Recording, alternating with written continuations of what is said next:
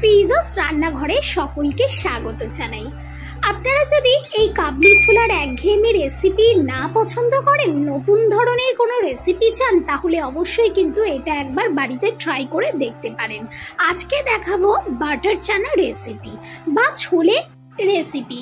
তো এখানে আমি কিছুটা কাবলি ছোলা নিয়েছি আর এটা রাত্রে ভিজিয়ে দিয়েছিলাম।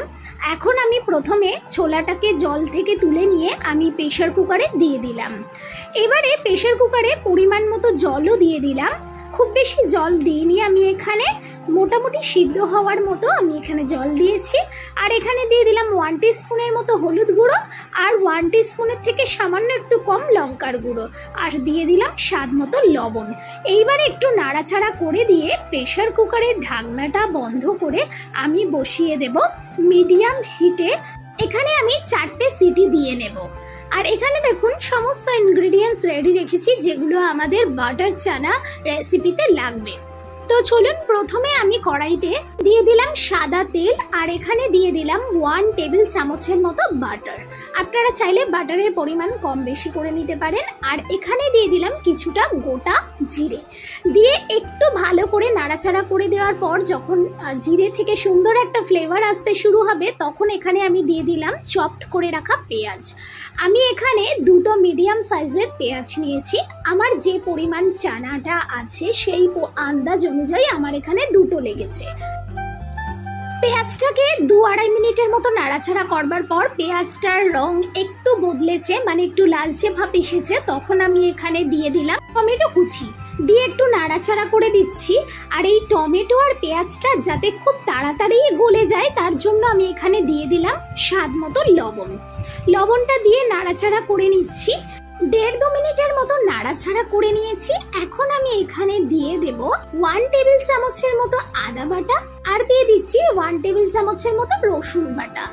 আদা রসুনটাকে দিয়ে সমস্ত মশলাটাকে খুব ভালো করে কষিয়ে নেব। আদা রসুনের গন্ধটা চলে যাওয়া পর্যন্ত আমি এখানে নাড়াচাড়া করে ভালো করে রান্না করে নিয়েছি। এখন আমি এখানে দিয়ে দিচ্ছি কিছুটা কাঁচা লঙ্কা কুচি, দিয়ে আবারও ভালো করে নাড়াচাড়া করে নিচ্ছি। এইবার আমি এখানে মশলাটা যাতে নিচের দিকে না লেগে থাকে তার জন্য দিয়ে দিলাম সামান্য পরিমাণে একটু জল।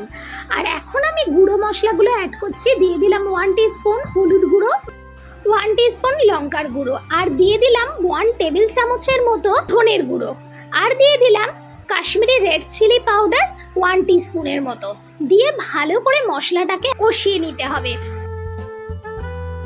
রেসিপি যদি ভালো লেগে থাকে, যারা ইউটিউব থেকে দেখছেন তাদের কাছে অনুরোধ রইল চ্যানেলকে সাবস্ক্রাইব করে পাশে থাকা বেল আইকনটি প্রেস করবেন যাতে সবার প্রথমে নোটিফিকেশনটি আপনার ফোনে পৌঁছে যায়।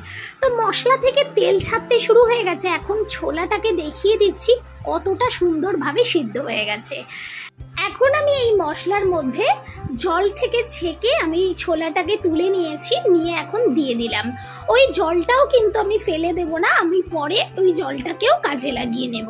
তো এখন ছোলাটাকে দিয়ে মশলাটার সঙ্গে খুব ভালো করে একটু কষিয়ে নিচ্ছি। মোটামুটি এখানে ছোলাটাকে দিয়ে আমি 5 মিনিটের মতো কষিয়ে নিয়েছি।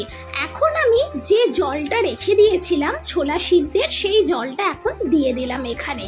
আপনারা চাইলে যদি আরও এক্সট্রা জল অ্যাড করতে হয় তাহলে অবশ্যই ওখানে গরম জল অ্যাড করবেন। তো আমি এখানে জল যতটা পরিমাণ লাগবে দিয়ে দিলাম, দিয়ে আমি এখন দিয়ে দিচ্ছি ঢাকা। 10 মিনিটের জন্য রান্না হতে দিলাম। 10 মিনিট পর ফিরে এলাম। ঝোলটা অনেকটাই কম হয়ে গেছে। এখন আমি এরকম একটা স্ম্যাশার নিয়ে নিয়েছি, এটা দিয়ে ছোলাগুলোর ওপরে একটু প্রেস করে দেবো যাতে কিছু ছোলা একটু ভেঙে ভেঙে যায়, আর ঝোলটা মানে যে গ্রেভিটা আছে সেটাও যেন সুন্দর লাগে, সেই ঝোলটাও যেন একটু থিকনেস হয়। এবারে আমি এখানে কিছুটা পরিমাণে দই নিয়েছি, টক দই। টক দইটাকে খুব ভালো করে ফেটিয়ে নিয়েছি, নিয়ে দিয়ে দিলাম। আর এখন দিয়ে দিচ্ছি একটু গোলমরিচ গুঁড়ো উপর থেকে, আর দিয়ে দিচ্ছি একটু বিট লবণ, দিয়ে ভালো করে নাড়াচাড়া করে নেব যাতে সমস্ত গ্রেভির মধ্যে দই আর এই মশলাগুলো খুব ভালোভাবে মেখে যায়। আপনাদের কাছে অনুরোধ রইল একবার হলেও ছোলার এই রেসিপিটি আপনারা বাড়িতে বানিয়ে দেখতে পারেন। আশা করছি সকলের খুব পছন্দ হবে।